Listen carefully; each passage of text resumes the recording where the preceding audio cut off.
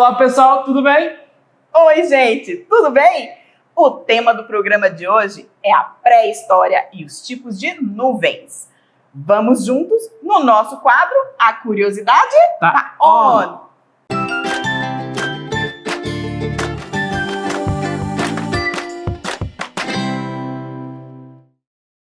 A pré-história é o período mais antigo da humanidade, anterior ao desenvolvimento da escrita, dificultando o estudo desta era, já que não há documentos escritos sobre ela. Exatamente, André. A pré-história é dividida em 3 períodos principais: Paleolítico, Neolítico e Idade dos Metais. Cada um com características específicas e avanço bem importantes, viu? E para entender um pouco mais sobre a pré-história, acompanharemos juntos um vídeo do canal do YouTube Historiarte.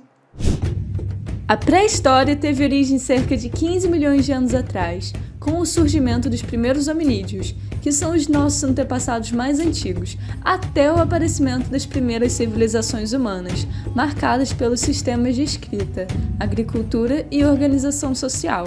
Então, peraí, quer dizer que os povos nômades de hoje em dia, que não têm sistema de escrita, por exemplo, estão ultrapassados, ainda vivendo na pré-história? Não. Essa é uma visão positivista que influenciou o estudo da história por muito tempo, e vamos conversar sobre os problemas disso mais à frente. Então agora vamos embarcar nas origens da humanidade. Vamos falar da teoria da evolução. Sabe aquela história que o ser humano evoluiu dos macacos? Isso aí é mó caô.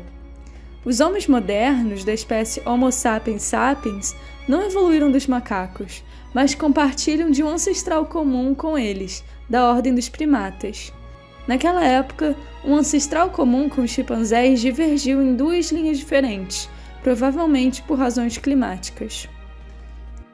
De acordo com o tio Charles Darwin, as espécies passam por um processo de seleção natural. Ao decorrer do tempo, é comum que apareçam mutações nos organismos, e às vezes essas mutações podem trazer benefícios para o indivíduo, como, por exemplo, um lobo da Sibéria apresentar uma pelagem branca. Se esse gene for hereditário, o lobo branco pode passar essa característica para seus herdeiros, o que significa que eles terão maior capacidade de se camuflar na neve e sobreviver aos predadores durante o inverno. Isso vai fazer com que os principais alvos sejam os lobos de pelo escuro, que assim, ao pouco, vão morrendo e deixando de existir. Esse processo, chamado de seleção natural, se baseia na ideia da sobrevivência dos indivíduos mais adaptados ao ambiente. Ou seja, os hominídeos mais rápidos, com um crânio maior e pele mais adaptada ao clima, foram favorecidos no processo de sobrevivência, porque eram mais inteligentes e ágeis para caçar e fugir de predadores. De forma geral, esse grupo de hominídeos são classificados como caçadores e coletores. Isso é, não ficavam em um território fixo, estavam sempre dando um rolê por aí. Eram nômades. Beleza. Então, os mais adaptados ao ambiente sobrevivem. Mas não esquece do detalhe que o ambiente também está sempre mudando. Desde a formação da Terra, o planeta passa por vários processos geológicos e mudanças climáticas. Aqui já foi um dia tudo lava e ar tóxico, mas também já foi gelo. E é provavelmente graças à última era do gelo que existem humanos nas Américas. Peraí, como assim? Vamos falar agora sobre teorias de migração. De acordo com o estudo dos fósseis mais antigos, a teoria mais aceitável é que os primeiros humanos surgiram na África, se espalhando pelo mundo. 6 espécies diferentes de humanos chegaram a conviver juntos na Terra por milhares de anos, até que nós, os Homo sapiens sapiens, que literalmente significa homens que sabem, se tornaram os únicos sobreviventes restantes, por sermos os mais adaptáveis ao meio. Certo. Então, se os humanos surgiram na África, faz sentido eles terem ido caminhando até a Europa e a Ásia. Mas como que a gente chegou nas Américas e na Oceania? Então, olha que loucura! Durante a Era do Gelo, o nível dos mares estava muito baixo, além do clima congelar algumas superfícies de água, criando estreitos possíveis de atravessar. A teoria mais famosa de como o homem chegou à América foi cruzando a pé o Estreito de Bering, uma extensa camada de gelo que conectou ali onde é a pontinha da Rússia até o Alasca. Dali, esses povos desceram para a América do Sul em busca de melhores condições para viver. A ocupação da Oceania aconteceu de forma parecida, cerca de 65 mil anos atrás, quando humanos caminharam pela terra que emergiu com abaixo do nível do mar. A chegada do homem nesses continentes teve consequências horríveis para o meio ambiente. Já que esses continentes estavam isolados por milhares de anos, desenvolveram uma megafauna. Sim, os animais da Austrália, além de serem super esquisitos e criados para te matar, ainda eram gigantes. Na América do Sul, a gente também tinha bichos gigantes, como as preguiças e as águias. Mas por que é bem provável que os humanos tenham causado a extinção da megafauna? O homem se mostrou um animal muito inteligente e predatório desde o começo. Mesmo quando a humanidade se resumia ao Homo erectus, esses já eram capazes de fabricar ferramentas rudimentares para a caça. Com a evolução, Homo sapiens já apresentava um cérebro gigante e milênios de aprendizados de estratégias de caça para a sobrevivência. O domínio do fogo também sugere que o homem pré-histórico provavelmente saiu tacando fogo em cada matinho seco que encontrava, provocando mudanças nos habitats originais desses animais e causando suas extinções. Ah, e também tem a famosa história que nós somos transmissores de doenças ambulantes, né? A chegada de humanos em continentes que eram isolados pode ter causado a disseminação de várias doenças para outras espécies que infelizmente não resistiram. Beleza, agora que a gente já sabe que o ser humano desde sempre destrói tudo onde quer que vá, vamos analisar os períodos da pré-história, que equivalem a 95% da história da humanidade. O critério de tempo utilizado por cientistas e historiadores ainda se pauta em como os grupos humanos trabalhavam a pedra. Se lascavam a pedra, definimos esse período como Paleolítico, Pedra Velha. Agora, se poliam a pedra, definimos como período Neolítico, ou Pedra Nova. A maior diferença entre esses períodos é, na verdade, o surgimento da agricultura, que mudou todo o estilo de vida, mas já vamos falar mais sobre isso. Bora para o Baixo Paleolítico. Uma notável característica desse período era que os grupos humanos ainda não produziam seu próprio alimento. Eles viviam em uma economia coletora, vindo da caça, da pesca e da colheita natural. E não havia também a noção de propriedade privada. Era todo mundo nômade, ou seja, bandos migrando constantemente de um lugar para o outro quando esgotavam os recursos, carregando consigo só o que era necessário. Esse estilo de vida também é chamado de comunismo primitivo, que existia e estava na natureza, e o grupo usufruía daquilo como uma comunidade. Esses grupos se organizavam em clãs e depois genos, que são organizações de pequenos grupos familiares. As relações eram endogâmicas, com os membros do próprio bando se acasalando e perpetuando a espécie. Havia também uma divisão natural do trabalho naquele contexto, onde as atividades estavam associadas às condições naturais de cada indivíduo. Por exemplo, aqueles que possuíam melhores condições físicas, geralmente os machos, se ocupavam com a caça, e os cuidados com a prole eram atribuídos à fêmea. Outro fator importante é que nessa época ainda não existia a produção do fogo, mas sim o fogo natural. Próximo, o Alto Paleolítico. No Alto Paleolítico acontece algo que é de extrema relevância para a história da espécie. O homem ganhou um presente. Testa. O processo evolutivo apresentou um ganho importante de telencéfalo, e através disso o homem se torna mais inteligente. Isso possibilitou o desenvolvimento da linguagem, de novas soluções, experimentos. As transformações culturais também são grandes marcas desse período. Por exemplo, os ritos funerários, os novos instrumentos e decorações. Mas afinal de contas, como é que o cérebro teve esse ganho? A principal teoria é relacionada à domesticação do fogo que aconteceu nesse período. Isso trouxe a possibilidade do cozimento dos alimentos, com a dieta humana se transformando. O homem passou a se alimentar de carnes mais gordurosas, mais calóricas. Porém, ao contrário do que muitos pensam, esse não foi o motivo do nosso ganho de telencéfalo. Um estudo brasileiro incrível foi capaz de desprovar essa teoria, e o verdadeiro motivo do nosso salto cognitivo ainda é desconhecido.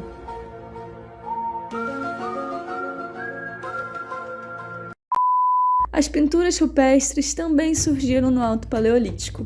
Eram desenhadas sobre rochas aquecidas e pigmentadas através de minerais e vegetais, e depois eram fixadas com restos de gordura animal. Essas pinturas representavam elementos do mundo à volta dos humanos e caracterizavam o potencial criativo do homem, associando-o ao ambiente no qual estava inserido. Mesmo que não fosse propriamente uma escrita, as pinturas rupestres eram com certeza um tipo de linguagem.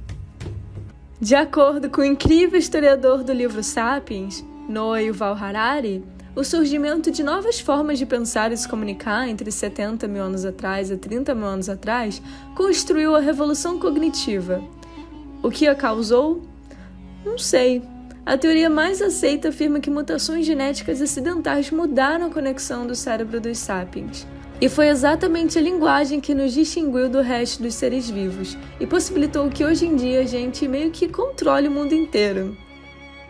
Então agora a gente tem domínio sobre o fogo e a arte. Próximo. Neolítico.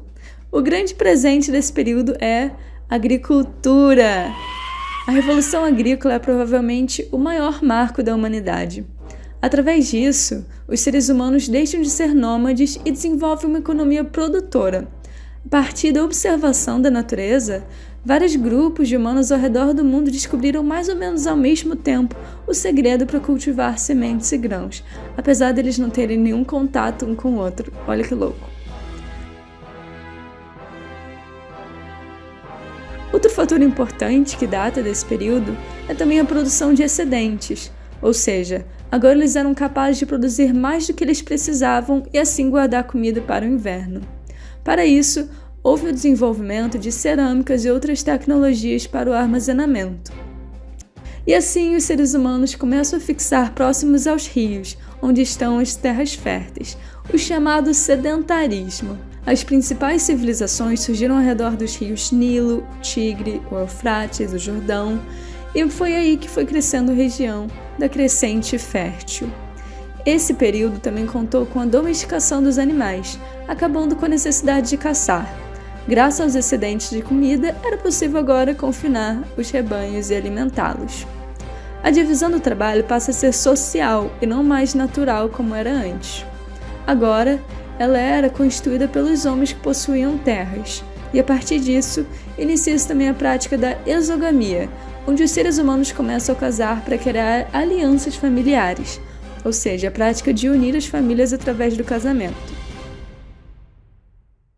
O próximo e último período é a Idade dos Metais, onde surge a metalurgia em aproximadamente 6.000 a.C.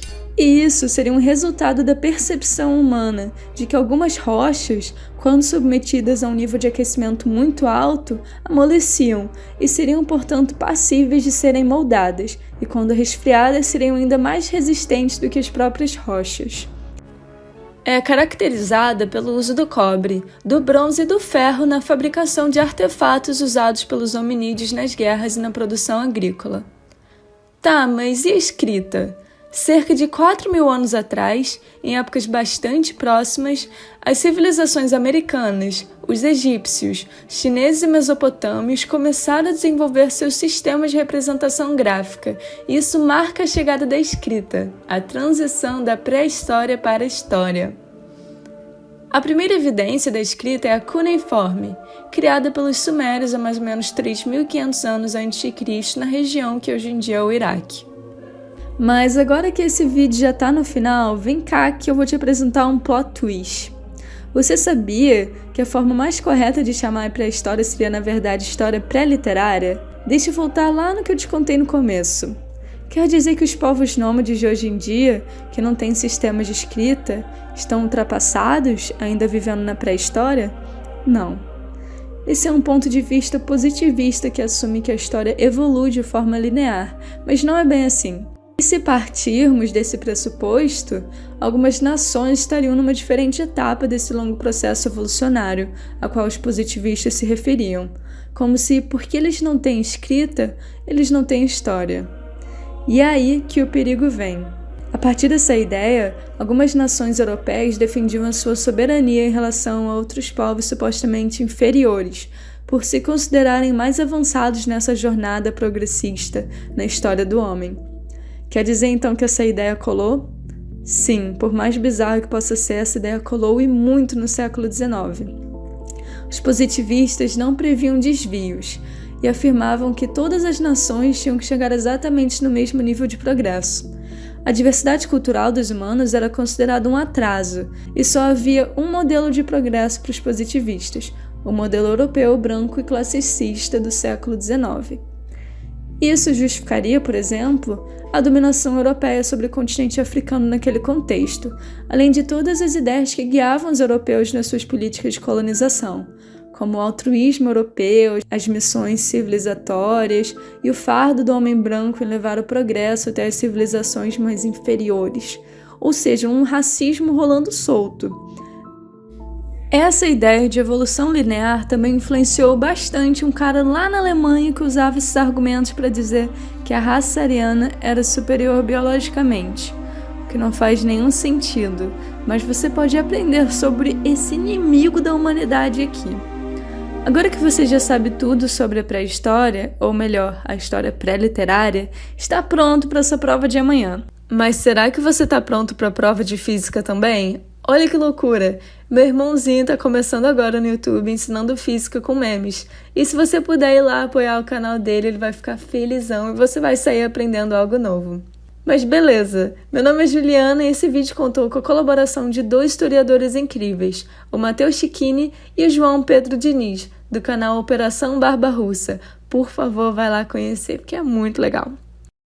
Obrigada por assistir até aqui. Se você for gente boa e quiser dar aquele apoio, manda no grupo da turma, deixe seu like e comente o que achou. Obrigada e até a próxima. Olha, pessoal, a gente vai para um intervalo bem rapidinho, mas agorinha estamos de volta.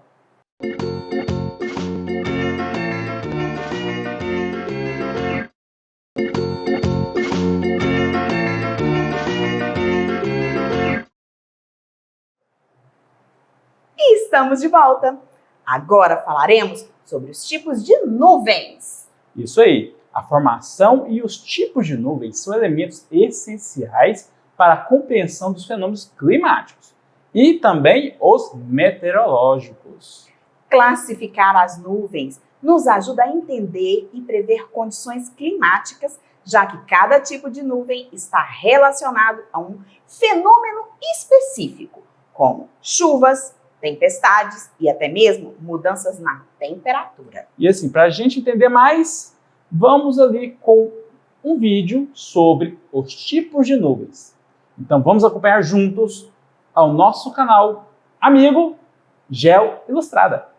Neste vídeo nós vamos falar sobre as nuvens, com foco nos seus tipos e principais características, de forma direta e objetiva. Então bora lá pro vídeo. E aí pessoal, beleza? Eu sou o Paulo, professor de Geografia, como sempre uma honra ter vocês aqui comigo na Geo Ilustrada. Nosso assunto de hoje, tipos de nuvens. Assunto um pouco complicadinho porque, como vocês vão ver, as nuvens recebem os nomes bem complicados. Porém, fique comigo até o final do vídeo porque lá no final eu vou te deixar uma colinha e alguns macetes para entender isso aí certinho, beleza? Então, sem mais delongas, bora lá pro vídeo. Vamos começar definindo. O que são as nuvens? Bom, elas são um conjunto visível de partículas minúsculas de água líquida ou de gelo, ou de ambas ao mesmo tempo, em suspensão na atmosfera. E elas são formadas, bem sinteticamente, pelo resfriamento do ar até a condensação da água, devido à subida e à expansão do ar.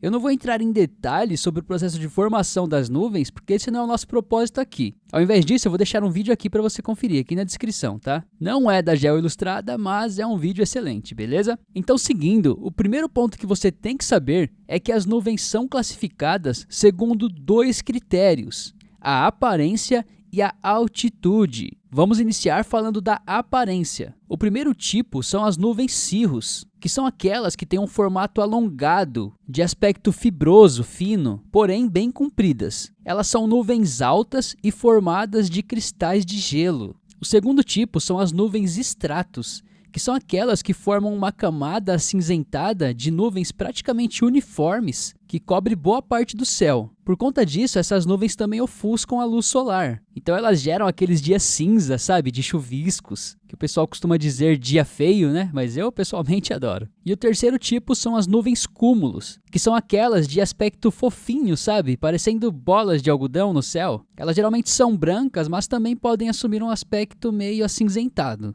Então, pessoal, a chave para vocês compreenderem os tipos de nuvem é entenderem essas três, pois todas as demais ou terão um desses aspectos ou será fruto de uma combinação entre eles. Vamos falar agora da classificação quanto à altitude e depois a gente vai falar sobre os tipos de nuvens, beleza? Então, quanto à altitude, as nuvens são classificadas em 4 famílias. As baixas, que chegam até 2 km de elevação, as médias, que variam entre 2 e 6 km, as altas, que superam os 6 km, e as últimas são as nuvens de desenvolvimento vertical, que são aquelas que, como o próprio nome sugere, se desenvolvem para cima e não para o lado, certinho? Agora então vamos falar dos tipos de nuvens. E são 10 os principais, beleza? Mas antes de entrarmos nelas, se você estiver curtindo o vídeo, deixa aquele like aí para fortalecer o trabalho. Se inscreva no canal, deixe sua crítica aí, positiva ou negativa, que fortalecem demais do mesmo jeito, beleza? Então bora lá para a sequência do vídeo.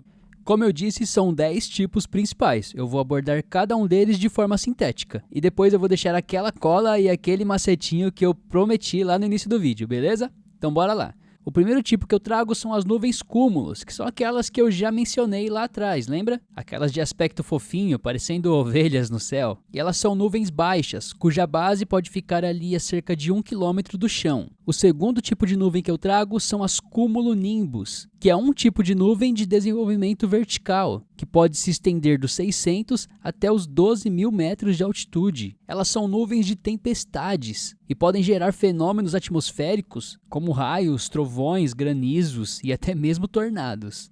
O próximo tipo são as nuvens nimbostratus, que são nuvens baixas e escuras, de aspecto muito acinzentado. Por conta disso, não se pode ver o sol através delas. Ela tem um aspecto amorfo, porém é bem espessa. E esse tipo de nuvem também está associada a chuvas de intensidade fraca ou moderada, porém contínua. O próximo tipo são as nuvens estratus, que eu também já abordei lá no início, né? São aquelas nuvens de aspecto acinzentado, que cobrem boa parte do céu e são associadas a chuviscos. O próximo tipo são as nuvens stratocúmulos, que são nuvens baixas, de aspecto branco ou acinzentado, e elas formam espécies de agrupamentos em filas. Então elas têm um aspecto descontínuo, portanto é possível ver o céu ou a luz solar através dessas frestas. O próximo tipo, a altostratus, vai ter uma cor acinzentada ou azulada, com um aspecto de lençol, cobrindo grande parte do Sol. Ela é composta basicamente por gotículas de água e ou cristais de gelo. As próximas são as altocúmulos, que são nuvens compostas por gotículas de água. E elas vão ter aquele aspecto branco ou acinzentado, e elas também vão ter um aspecto descontínuo, como se fossem grandes tufos de algodão,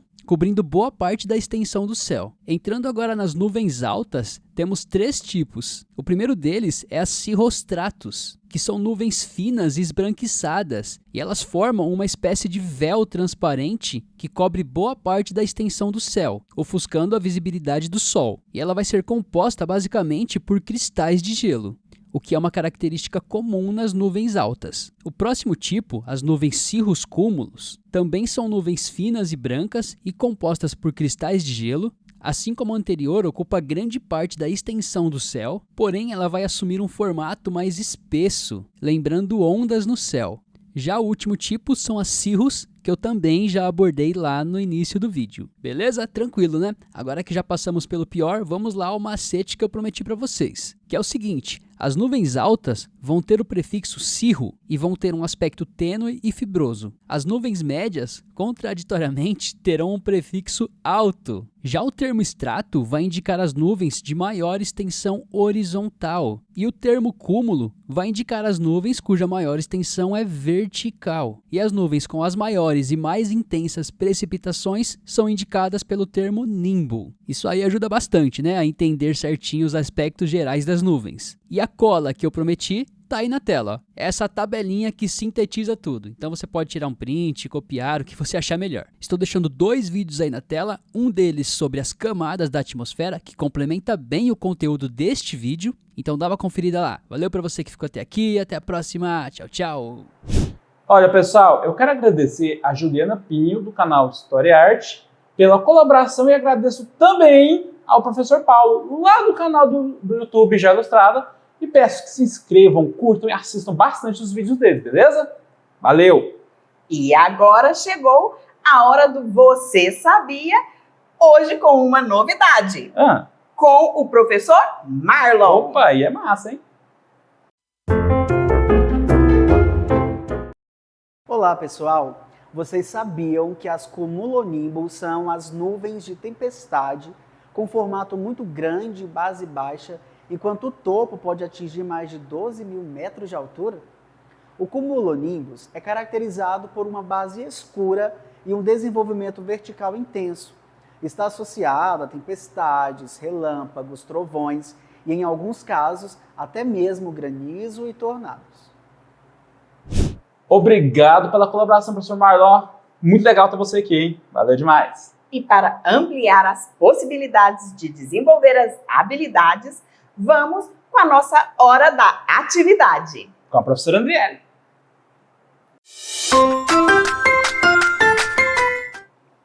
E aí, pessoal?